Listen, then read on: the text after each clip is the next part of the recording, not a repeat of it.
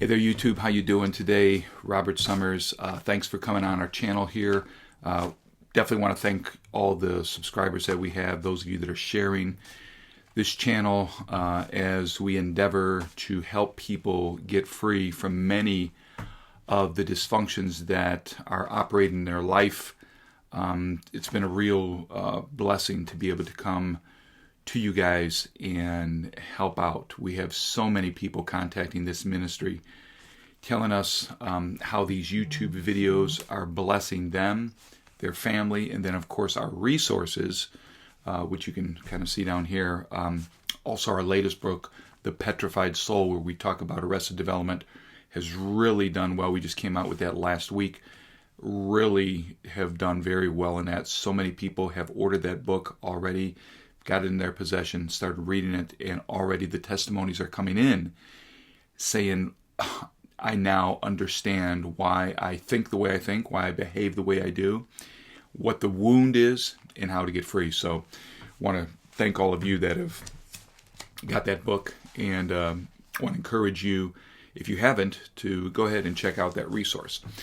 Want to talk today, I got an email the other day asking me, they said, what is your view on this, what's called the no contact rule when in a narcissistic relationship or connected to a Jezebel spirit or person that's operating with the Jezebel spirit?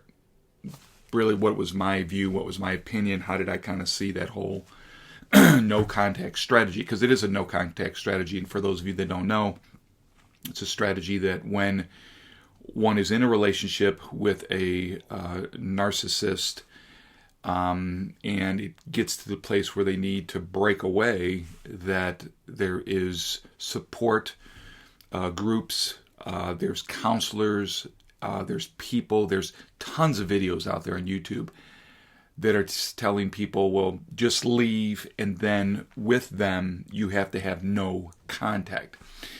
And the question is, do I support that view? Well, it's not as easy as just answering it with a yes or no. That's for certain. I do believe in some cases that yes, that should happen, and then in other cases I don't believe that is necessarily the most viable solution. I think every situation that people are in where there's any type of relational problems, whether it's with a friend, a lover, it's a married couple, whatever it is, I think every situation is different. As we coach people in the area of deliverance, as we counsel people, we don't like to put every person's situation in a box. Yes, there are common denominators. Yes, there are signs and symptoms. Yes, there are things that point, if this happens, it's most likely pointing to that. We understand all that, but we also use discernment and understand more about the person's heart. Where are they in their heart, rather than where are they in the bondage that exists in their mind, will, and emotions. So in some cases. So what we're going to talk about today is really more, what I'd like to talk about is more temporary versus permanent no contact. Because I do believe in cases that there should be temporary no contact, or in some cases, extreme cases of course, permanent no contact. Now there's some that are right now just saying no. You have to, if you're in a narcissistic relationship and you're breaking free, you have to have absolutely no contact, and that's their rule of thumb, and they're very dogmatic in that. I don't believe that that's a healthy decision. I think that there's, I think there's this view out there that somehow if someone is narcissistic, okay, that they're beyond hope, that they will never change. I dispute that. Here's why.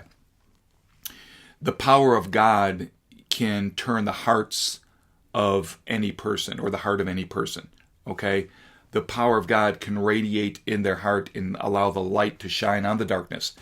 And people, there have been people, we know people, we've ministered to people and counseled people and coached people, and they have turned from their wicked ways. They've turned from the wicked way of narcissism.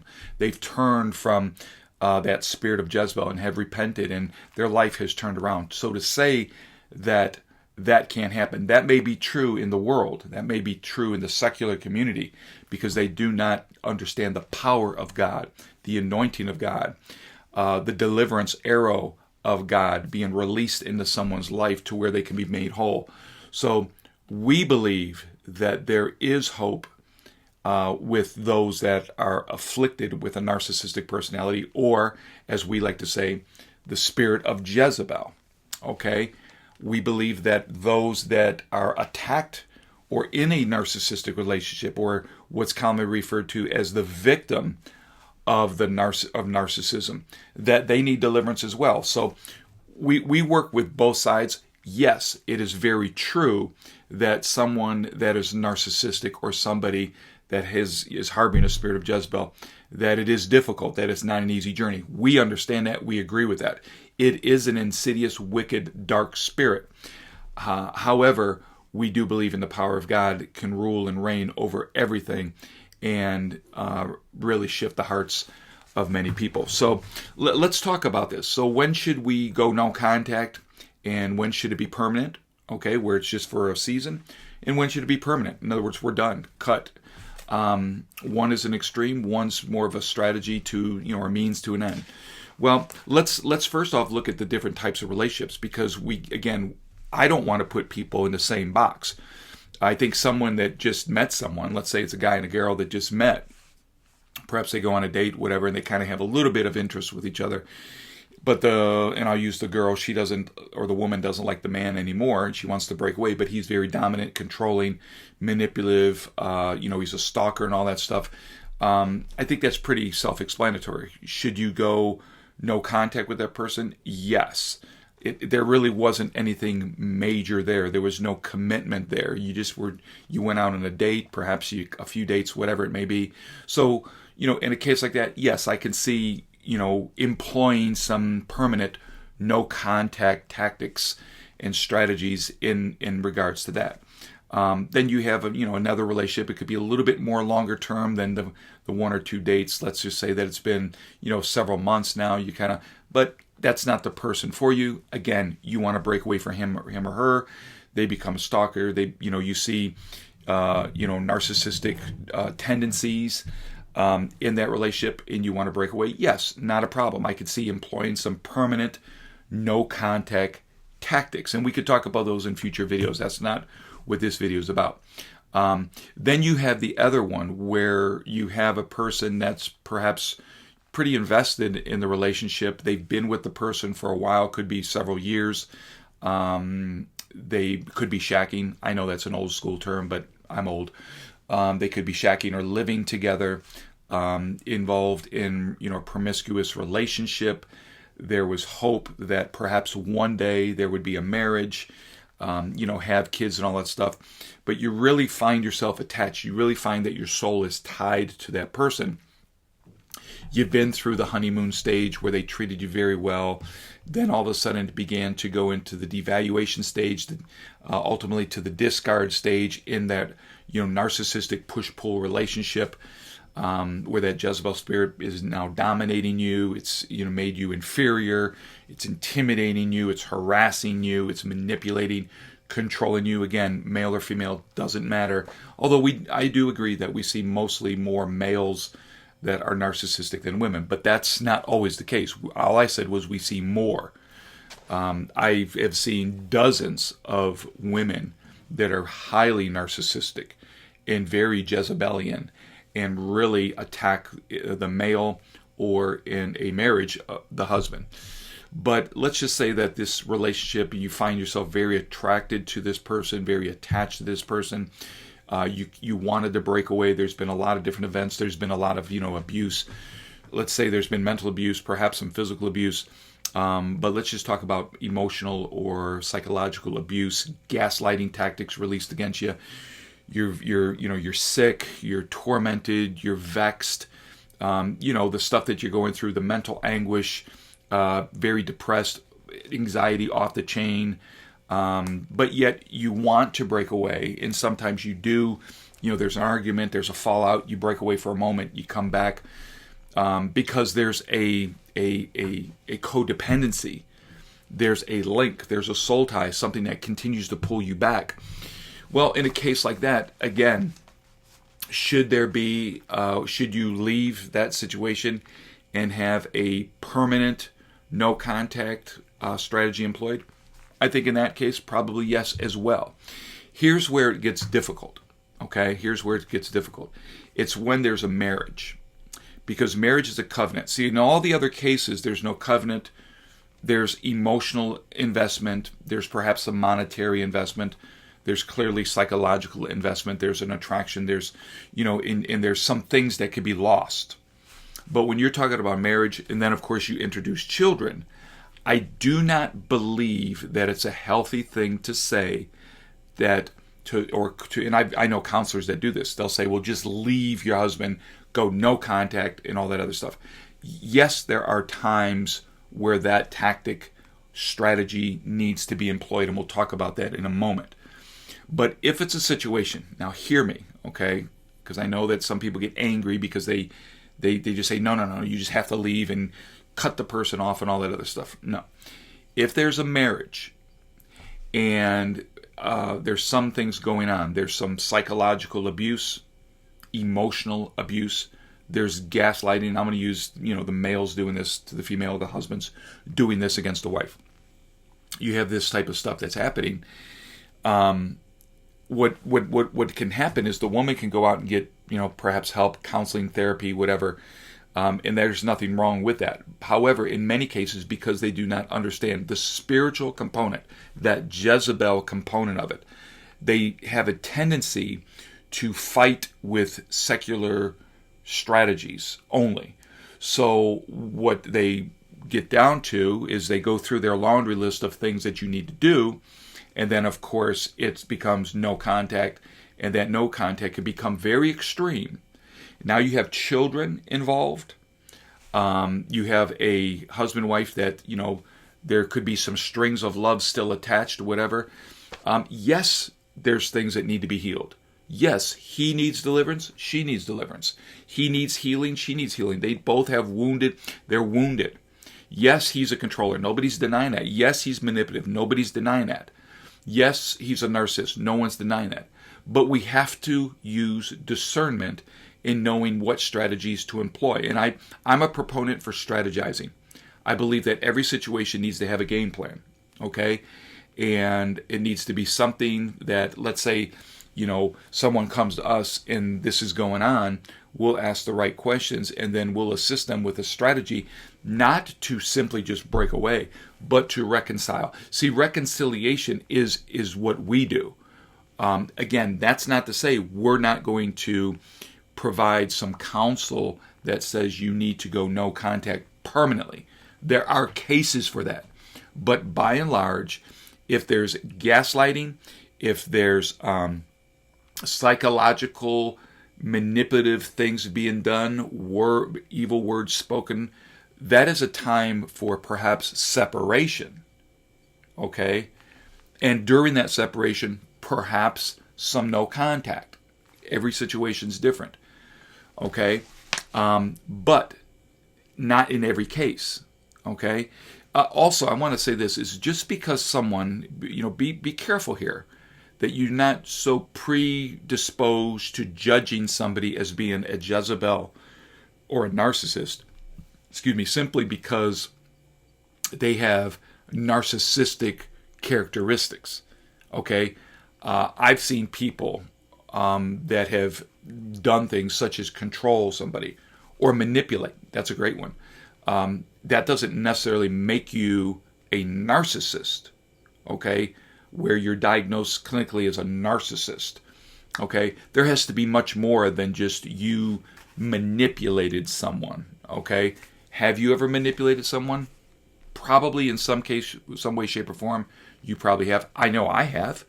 I'm not going to sit here and say that I've never manipulated or I've never controlled. Certainly.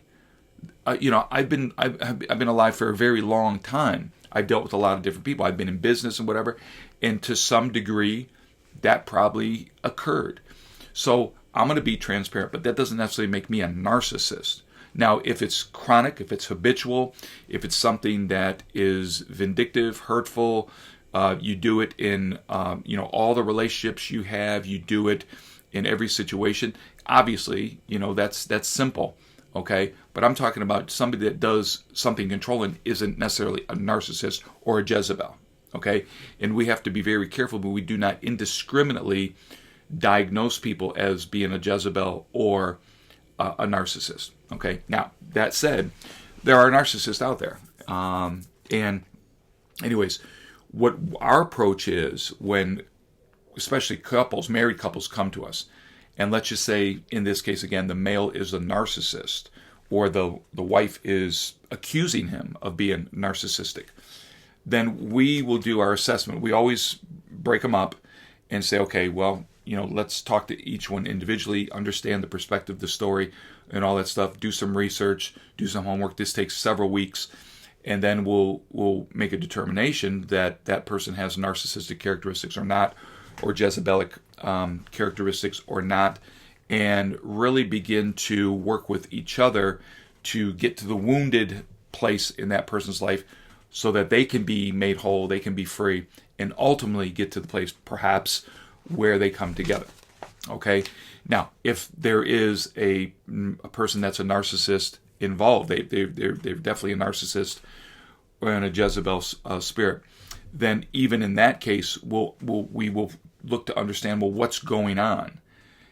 How severe is this situation? Because there's different levels of narcissism. There's different levels of Jezebel. They're all bad in their own right, but there's different levels, and because there's different levels of what we would call abuse, there's different ways that people receive it. Some people can handle it a little bit better than others, and in cases like that, then what we do is we say, okay, well, here's the strategies you need to employ, which may include temporary separation as well as temporary no contact. But it's with the hope and the goal of getting that person who's going to go away and have no contact free, number one, because they have to be free individually. They have to, as an individual, be free from the narcissistic abuse. They have to be free from the Jezebel network, that control, manipulation, domination, intimidation. They have to be free from all that hurt, those scars. They have to forgive. They have to be able to move on in their own life, independent of everything else. And then, of course, perhaps get them to the place where they can reconcile. On the same token, we're working with this person. Now, if we can work with them, great. If they're repenting, great. If they're going through coaching, great. If they're going through counseling, great. And we begin to work with them as well on different life commandments that they have that were faulty, that were flawed, that were dysfunctional, that actually groomed them to become a narcissist. Okay? If that's the case, we go through the same process, and over time, we believe that we can bring reconciliation. And again, there's no contact during that time. Okay? If the abuse is severe psychologically, sexually, emotionally, physically, for certain, okay, we will say, okay, temporary no contact, but ultimately bring that person back. You got that? Now, there are cases where there needs to be, it's extreme. This is where, there's that person, that narcissist, doesn't want to talk. They're in pride. They don't want to be free. They don't believe they're wrong. Everything they do is right. The blame's all thrown over here. When they talk to me in this case, it's like, no. And then they try to manipulate me, control me, gaslight me, all this other stuff. I understand how it works. If that's the case, then, and there's just what we call no hope. I mean, it's just not going to work. Then we will recommend, in that case, no contact. And I will do a no contact video talking about your escape plan, how you need to escape from this situation. And we will do that. In every case, when there's physical abuse, hear me clearly, then in that case, yes, you immediately leave and go no contact. Now, Depending on the situation, that could be permanent, that could be temporary. However, I want to be very clear here. It's the one strike rule. When there's physical violence in the home, immediately you have to leave. You have to escape. You have to come out from that situation. And during that, while you're seeking help, wherever that help may be, while you're seeking help, you need to go no contact. And no contact, permanent, when you go permanent, you definitely, there's a strategy that has to be employed. And again, I'll do another video on that, talking about no contact, the escape plan. That's what I'll title it. But I wanted to address today in this video that there are some cases where you go no contact temporarily, in some permanently. Okay, if it's a case where you're being harassed for years, there's been abuse for years, there's been physical abuse, psychological abuse, gaslighting off the chain. You got a lot of different things going on, and you've gone back and forth. You find yourself being sucked back in, pull out, sucked back in, pulled out, and you're at the place where it's done. Then yes, the no contact needs to go forth permanently, but you have to have the escape plan. And what I'm finding out is that people are saying, well, I'm going no contact, but they really don't, because they don't have a strategy. They didn't even plan for it. They just want to, grab my keys and go, if that even works. And then their life is a complete mess. Or they say, I'm going no contact, but they basically live a block away or across the street or in the same house. So again, we need to talk about the strategy, how to get that all done. But this video today is answering the question given to me, what is your view about no contact? And my answer, again, is it's not as simple as a yes or no. Every situation is different. We need to understand it. We don't need to throw the baby out with the bathwater. I don't think we need to throw the keys away, as it were, and be so be so judgmental that when somebody does this, that we say there's no hope for them. Because I have people on YouTube that put in comments and they say, they think I'm wrong, and they say, well, no, there's just no way a narcissist can ever be freed. I disagree with that completely. Okay, I believe there's hope for it. I don't care what your situation is. I've seen in my life, in doing deliverance ministry, I've seen so many people free. At the end of the day, yes, it comes down to your will. Do you want to be free? Are you willing to listen? Are you willing to challenge and change your life commandments that you got? Are you willing to go through deliverance and be healed of that wound that led you to a place where you've become controlling, manipulative, dominating over other people? Are you willing to go through deliverance and forgive your spouse for being narcissistic, for controlling, manipulating, and abusing you? Are you willing to forgive, or are you going to sit in bitterness and anger, constantly bringing up the past when they have done everything? Because I have situations like that. They're doing everything to be free and restore, but the person has totally lost trust. They won't forgive. They say they do, but they won't forgive. They're very highly bitter, very toxic, constantly stuck in the past. They're wounded. They say they're delivered, but the proof is in the pudding. You got change on one side, you don't have change in the other. So now, yes, the effects of the narcissist, really hindered a lot of things, but everybody can get free. There's not one situation that I've ever come across that is completely just, you throw it out, it's done, you're done with. The only time that is if the person says, I want to be the way I am. I like the way I am. You can't do anything. You can't overcome somebody's will. For me to push my will on somebody else is witchcraft, and I become a controller at that point, and I refuse to do that. So, okay. So there you have it. Okay, some situations, yes, no contact, permanent no contact, you're done. When it's in a marriage, it becomes a little bit more difficult, and we have to understand the situation. So let's not put everything and again, there's so many videos about there, and you got so many bitter people, angry people, upset people, unforgiving people. They put these videos out, and they're just so angry. You can hear their anger in their video. and they become so dogmatic that there's really no hope for anybody, the victim or the perpetrator. And I believe that everybody, if they choose to be healed, can be healed. So anyways, hit the like button. If you don't like it, you're free to hit the you don't like. That's fine. I don't really get into all that stuff. But share it for people that need a word of hope and encouragement and exhortation and edification. That's what we're here for. We're here to help, not to judge. Okay?